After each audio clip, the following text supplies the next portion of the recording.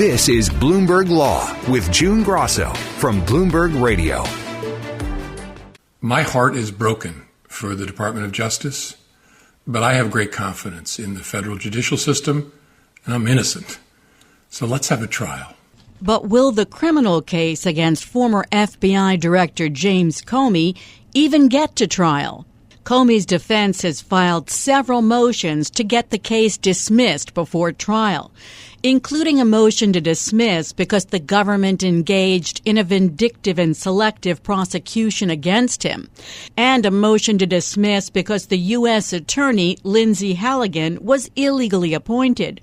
And yesterday, a frustrated judge scolded the prosecution for its indict first, investigate second approach to Comey's case. He ordered prosecutors to turn over the grand jury transcripts and a trove of materials from the investigation. Comey has pleaded not guilty to the charges of lying to Congress in 2020. Charges filed days after President Donald Trump appeared to urge his attorney general to prosecute the former FBI director and other perceived political enemies. Joining me is former federal prosecutor Robert Mintz, a partner at McCarter English. A federal judge yesterday scolded the prosecutors for what he described as their indict first and investigate second approach to the case, saying this is not a typical case. Isn't that what Comey has been saying? The magistrate judge who handles the discovery phase of the potential trial was clearly frustrated with prosecutors and ultimately instructed them by the end of the day today to turn over grand jury materials and other evidence that investigators had seized during the investigation. The judge was frustrated with the lack of information that federal prosecutors had regarding evidence that was seized back in 2019 and 2020 when prosecutors executed a search warrant on Columbia law professor Daniel Richman's office in connection with an investigation that was conducted during Trump's first administration that's part of an inquiry into whether or not he or Comey had illegally shared classified information. The Justice Department back then, during Trump's first term, closed the investigation without charges, but now prosecutors are seeking to use that evidence in this criminal prosecution of James Comey, and that's what the magistrate judge was frustrated about because Comey's lawyers argued that they had yet to see that information, and some of it may be privileged, since at one point, Mr. Richman was acting as an attorney to James Comey. Prosecutors were ordered to turn over all of that information, including what went on in front of the grand jury when the indictment was obtained against Comey. Besides attorney-client privilege questions, the defense is also claiming that prosecutors shouldn't be allowed to use that because it was obtained through search warrants, as you said, that were approved in a different investigation involving a different set of alleged crimes than Comey faces now. Well, as you say, what happened was that prosecutors executed 4 search warrants on Richman's devices between 2019 and 2020, allowing investigators to review his computer hard drive, for example, his email account, iCloud devices. And that's because Richman had briefly represented Comey as an attorney after Trump fired him as FBI director in 2017. Some of that information might be protected by the attorney-client privilege, but the Comey lawyers are arguing beyond the privilege issue, it's simply unfair for that information to be admitted in this case because, as you say, this is a different case. The search warrant was obtained based upon information that was searching for different evidence and potential different criminal violations. So they're saying different investigation, different set of alleged crimes, and therefore the information that was obtained from those 4 search warrants should not be admitted in this criminal case. I take it that that doesn't happen often.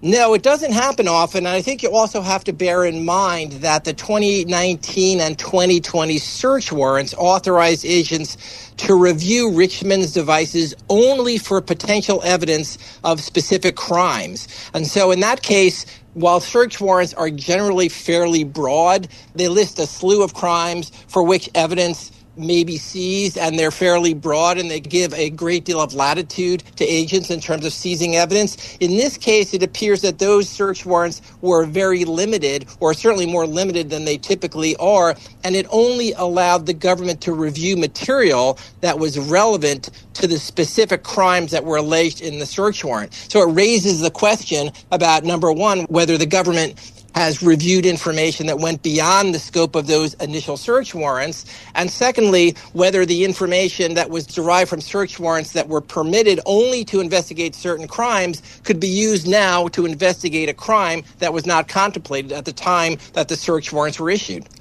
And apparently the prosecutors have been using information obtained from those search warrants in court papers when it hasn't gone through, the judge yet. Comey's lawyers raised two interesting points before the magistrate judge. Number one, they argued that at the time that those records were seized from Mr. Richmond's lawyers were permitted to review the evidence and to remove anything they thought was covered by the attorney-client privilege. But Mr. Comey's lawyers never saw this evidence and never had an opportunity to review it prior to it being used by prosecutors here. So they're arguing in the first instance that privilege belongs to James Comey, doesn't belong to Mr. Richmond, and Mr. Richmond's interests may have been different at that time than James Comey's interests are now. So the judge apparently agreed with them and said, everything seized back in 2019 and 2020, you've got to turn over to Comey's lawyers so they can go through it and they can make a separate argument as to whether or not any of that information is privileged, or not. And the second point is that they are arguing that prosecutors have already used this material in some of their filings with the court. And the judge seemed to take an interest in that, and he warned prosecutors that if they quote in court filings from that information that was seized from those search warrants before Mr. Comey's lawyers have an opportunity to complete their review, that they do so, quote, at their own risk. Interestingly, if the judge later rules that prosecutors should not have had access to those seized communications, it would arguably taint the entire case and would provide a basis for Comey's lawyers to move to dismiss the indictment. Comey's defense lawyers had already asked for a transcript of the grand jury proceedings, and this relates to Lindsay Halligan, who was installed as U.S. attorney hastily. She has no experience as a prosecutor, and she personally presented the case against Comey and New York Attorney General Letitia James to the grand jury with no help from experienced prosecutors who were not willing to take part in the grand jury proceedings. So Comey's defense is claiming that there were irregularities during the presentation to the grand jury. So, Bob, let's say you've never presented a case to a grand jury. You don't have anyone experienced in the grand jury room with you to help you out. How difficult is it to present a case to a grand jury properly? Well, if you're an experienced prosecutor, appearing before the grand jury is fairly routine and not that difficult. It's not like in your presentation before the grand jury, complicated legal issues typically arise. But in this case, the prosecutor, Lindsay Halligan, had just been appointed as an interim U.S. attorney in the Eastern District of Virginia and had never presented a case before a grand jury before. Comey's lawyers are arguing that they're entitled to pull back the curtain on that grand jury proceeding, something that very rarely happens. Generally, once an indictment is returned, prosecutors and the defense move on to the trial itself, and there's generally not a basis to go back and review the presentation before the grand jury unless there is some evidence of some type of serious irregularity. And that's exactly what Comey's lawyers are arguing here. They have asked the judge to provide them with all the grand jury materials, and the judge has ordered that the government turn that over. And the basis of their argument is that there were a series of irregularities. They point to the fact that Ms. Halligan kept the grand jurors beyond normal business hours after the grand jury voted to indict on 2 charges, but refused to indict on a third. They also argue that she may have used attorney-client privileged information in her presentation. And then there was a further irregularity because she apparently signed 2 indictments. One of them was the one that was actually returned by the grand jury, and the other indictment was the one that was rejected by the grand jury, at least as to one count. And given all of these irregularities, the magistrate judge has taken the unusual step of saying to Comey's lawyers, you're entitled to review this entire proceeding. And there's little doubt that once they do that, there will be some other issues that they will be able to raise as to why the presentation was not valid. And if they can ultimately convince the judge that the irregularities are serious enough so that it taints the entire grand jury process and that indictment is thrown out, they may well have won their case because the statute of limitations, I'm sure they will argue, has now expired. Coming up next on the Bloomberg Law Show, I'll continue this conversation with former federal prosecutor Robert Mintz. Attorney General Pam Bondi basically wants a do-over, and Comey's defense team wants to know, what's the lie Comey supposedly told? And later in the show, Michael Jordan's racing team wins a key legal fight in his antitrust feud with NASCAR. I'm June Grasso, and you're listening to Bloomberg. The indictment of former FBI Director James Comey came just 5 days after President Donald Trump, in a post on Truth Social, demanded that Attorney General Pam Bondi bring charges against his perceived enemies, naming Comey, New York Attorney General Letitia James, and California Senator Adam Schiff. The charges center on testimony Comey gave in response to questions from Republican Senator Ted Cruz during a 2020 hearing over the FBI's investigation into Russian interference in the 2016 election. What Mr. McCabe is saying and what you testified to this committee cannot both be true. One or the other is false. Who's telling the truth? I can only speak to my testimony. I stand by what the testimony you summarized that I gave in May of 2017. Comey's defense team is trying to get the charges dropped before trial. They've filed several motions, including a motion to dismiss because the government engaged in a vindictive and selective prosecution, and a motion to dismiss because the U.S. attorney was illegally appointed. I've been talking to former federal prosecutor Robert Mintz of McCarter English. So, Bob, one of the big arguments that Comey is making, as well as New York Attorney General Letitia James, is that Lindsay Halligan was illegally appointed to the position of U.S. Attorney for the Eastern District of Virginia. So, Attorney General Pam Bondi has retroactively given Halligan an extra title of special attorney to try to withstand the claims that she was illegally serving when she brought the charges. I mean, will a court let her sort of erase her mistake and say, oh, by the way? Would a court actually let her do a retroactive appointment? Well, that remains to be seen. We don't usually see this kind of litigation around the appointment of a U.S. attorney. I won't say that it never happens, but it certainly does not typically happen. And here we had a situation where the argument was that Halligan was not lawfully appointed as interim U.S. attorney, and she shouldn't have been in front of that grand jury in the first place. And the argument is that the attorney general had appointed Halligan's predecessor, an experienced prosecutor from the Eastern District of Virginia, to lead that office, and that appointment was made on January 21st. That starts this 120-day clock ticking under the statute, which allows time, in most circumstances, for that prosecutor to get confirmed by the Senate. In this case, Mr. Siebert was not confirmed, and after 120 days expires under the statute, the defense will argue the district court, not the Justice Department, has exclusive power to appoint the interim U.S. attorney. That clock ran out on May 21st of 2025, at which point the court reappointed Siebert as United States attorney to serve until the vacancy is filled. Then Siebert was fired, and the defense has argued that the district court at that point was the only legitimate appointing authority, and that the Attorney General and the President did not have the power to appoint Ms. Halligan to another 120-day term. Do you think that this retroactive title giving will fly with a judge? I think the argument by the Attorney General that she can retroactively give Eastern Virginia's top prosecutors an extra title in order to try to defend against the claims that Halligan was improperly appointed is probably not going to gain a lot of traction with the courts. Typically, the courts will look at the facts at the time and whether or not the appointment was proper under the rules, under the regulations, under the statutes at the time of the appointment. And I think it's an uphill battle to argue that even if there was a deficiency, then that can be remedied retroactively by an appointment.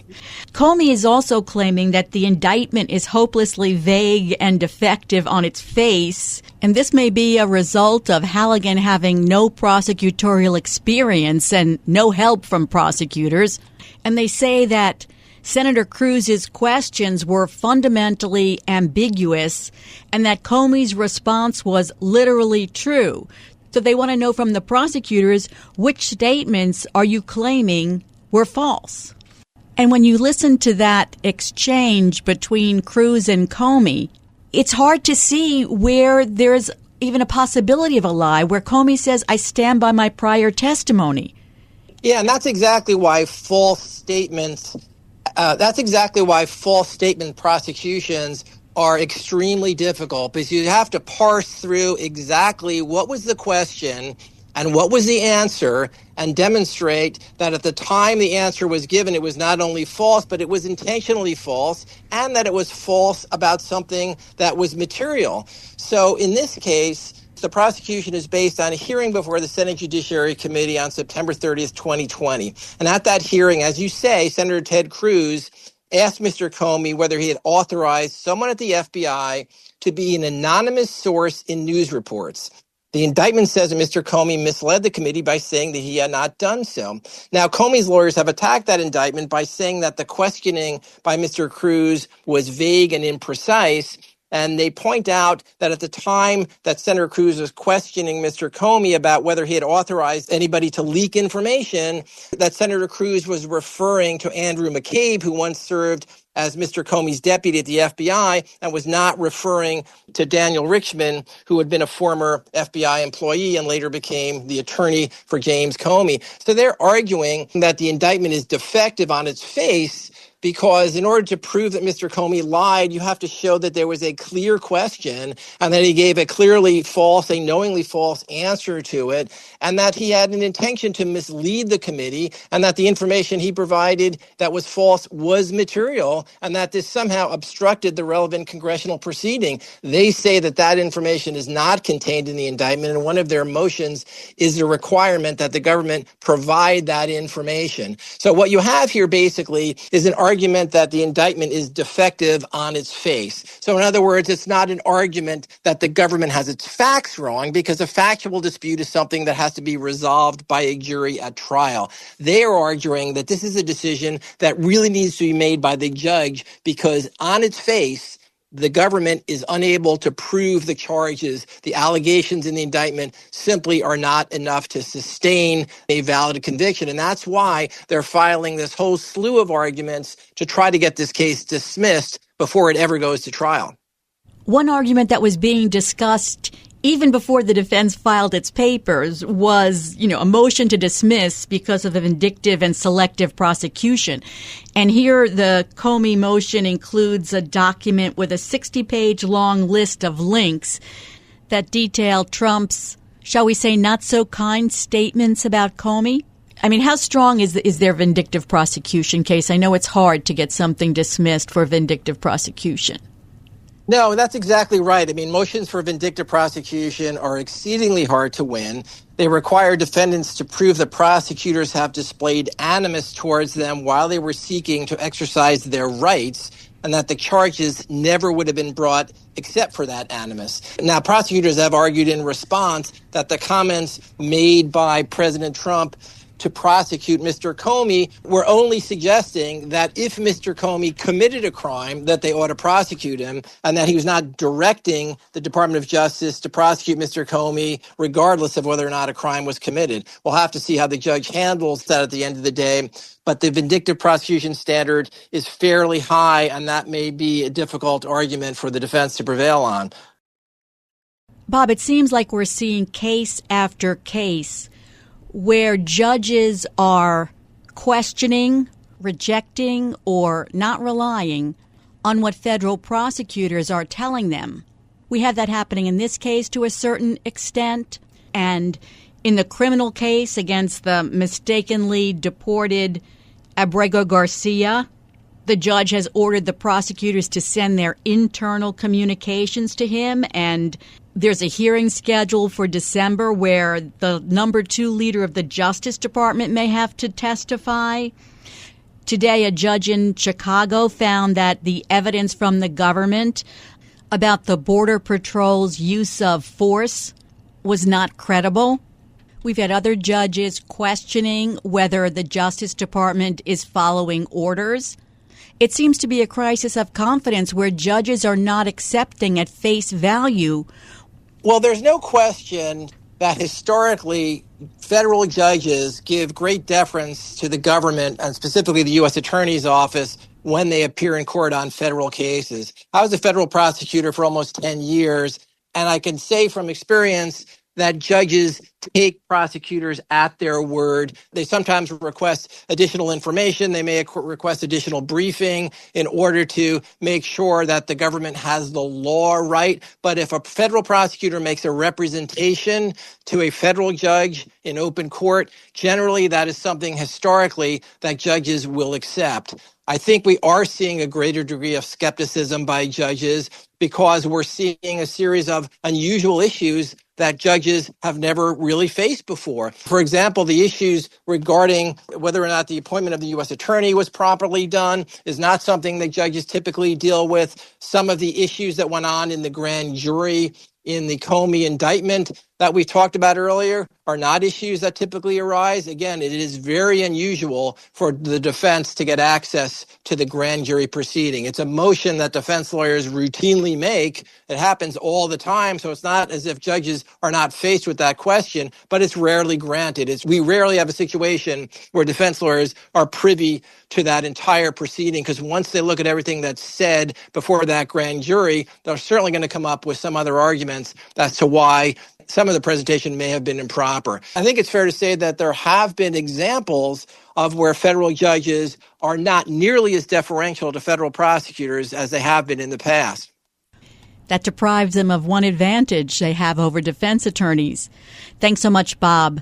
That's Robert Mintz of McCarter English. Coming up next on the Bloomberg Law Show, Michael Jordan's racing team wins a key legal fight in his antitrust feud with NASCAR. Will the case be settled or go to trial on December 1st? I'm June Grasso, and you're listening to Bloomberg.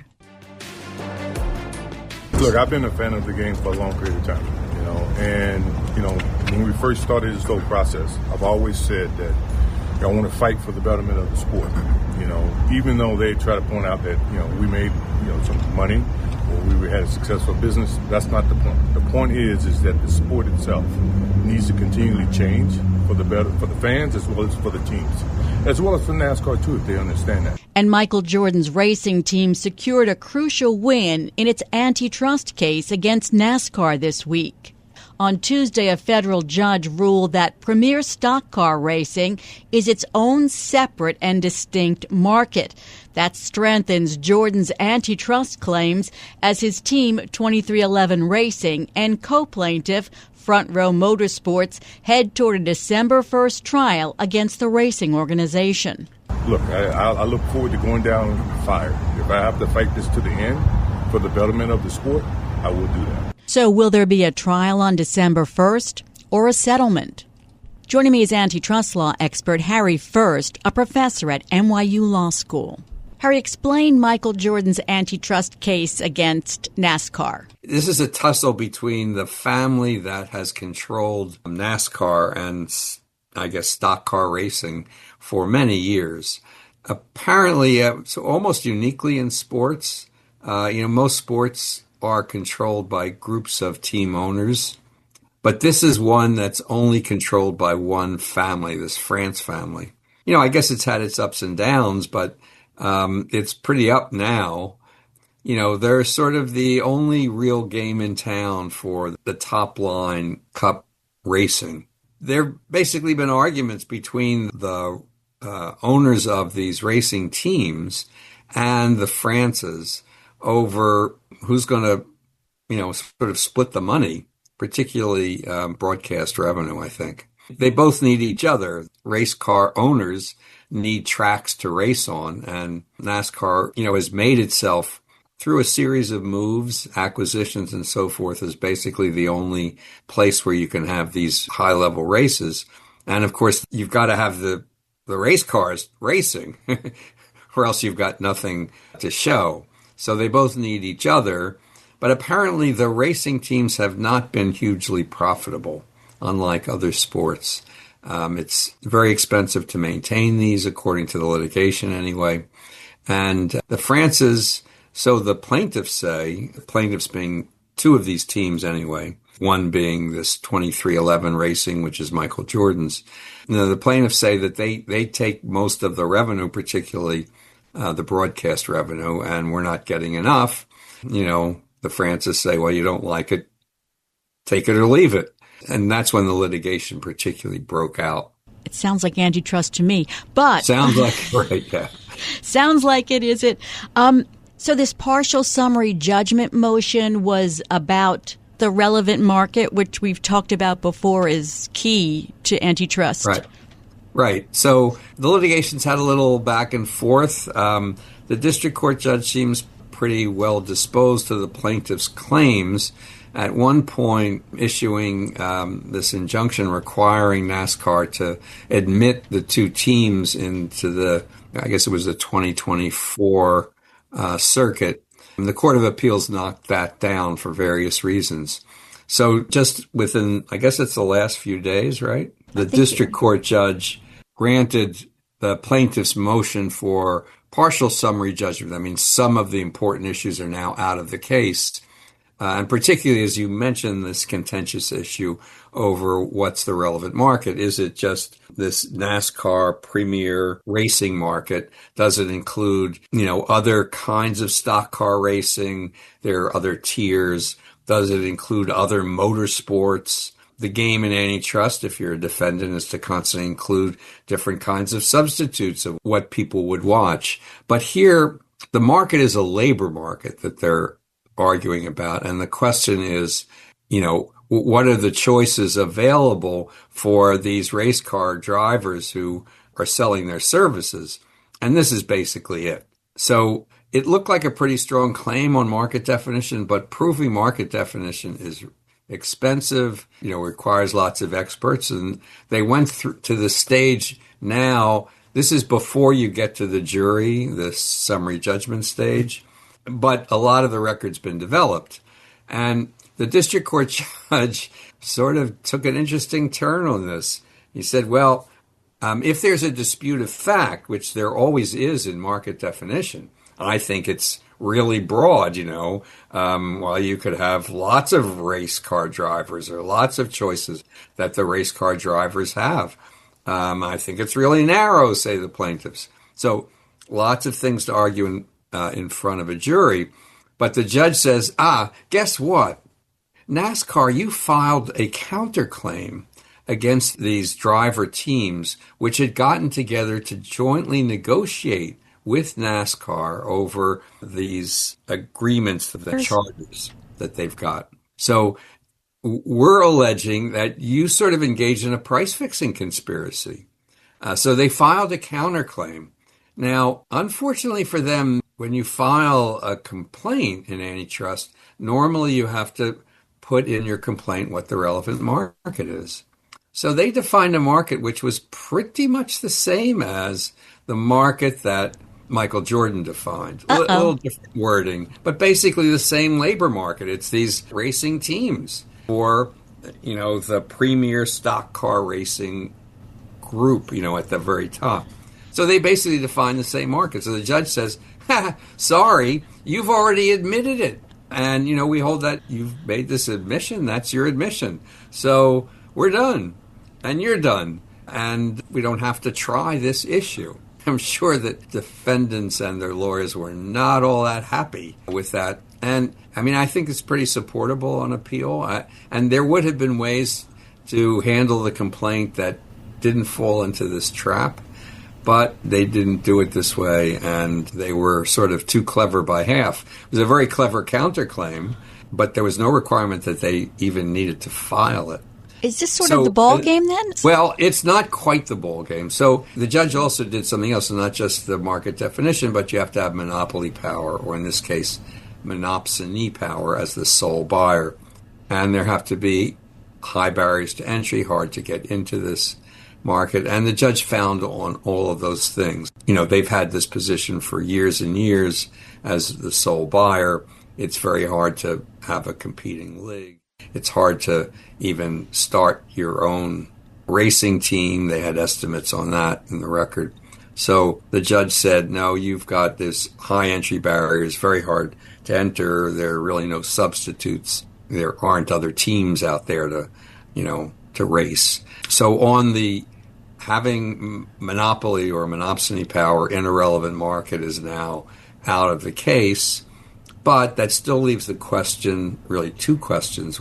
One is they have to engage in some anti-competitive conduct that maintains their monopoly position. And that's still going to go to trial. And that involves, maybe their acquisitions of these other tracks, which they did. There were some exclusive agreements. There's this agreement that if you sign an agreement, you waive your antitrust claims. All of those will go together into a trial. And then there's the question of damages. And that's going to be interesting because, the plaintiffs want more money. That's what plaintiffs always want. They say, you took too much, I didn't get enough. But they have to show what the competitive rate would be for these teams. And, that's going to be a battle of their economists. So there's still a distance to go. Maybe we'll never get there and the parties are now going to settle. I don't know. But this, I think, was a pretty big win for the plaintiffs. People are saying that this will put pressure on both sides to settle. After the latest court hearing, Michael Jordan said that settlement has always been on the table. And it seems to me what they're really arguing over is how do we split the pot so that the teams have enough money to invest in these fast cars and, all the things we need to do. And, at the end of the day, perhaps unfortunately for consumers, there's not going to be another circuit because these are private plaintiffs pursuing this. So the goal is not to split up NASCAR so there are competing circuits and you'd have real competition in this kind of racing. This is not Michael Jordan's goal. It's not the goal of private parties. The goal is to basically split the monopoly profits differently. So they'll likely benefit, consumers. I don't know, maybe not so much. If I'm the defendant, I don't want to be in a courtroom sitting opposite Michael Jordan with his star power. I mean, you know how juries are mesmerized by stars. No, so asking for damages in a jury trial is a good move, particularly these days. I mean, juries have come in with some pretty big verdicts in these big cases against major defendants. Google is one example for. So, defendants have never liked jury trials. Let's put it that way. They don't want the Subway sandwich thrown at them. But the jury today did not convict the thrower of the Subway sandwich. Thanks so much, Harry. That's Professor Harry First of NYU Law School. And that's it for this edition of the Bloomberg Law Show. Remember, you can always get the latest legal news on our Bloomberg Law podcast. You can find them on Apple Podcasts, Spotify, and at www.bloomberg.com/podcast/law. And remember to tune into the Bloomberg Law Show every weeknight at 10 p.m. Wall Street time. I'm June Grasso, and you're listening to Bloomberg.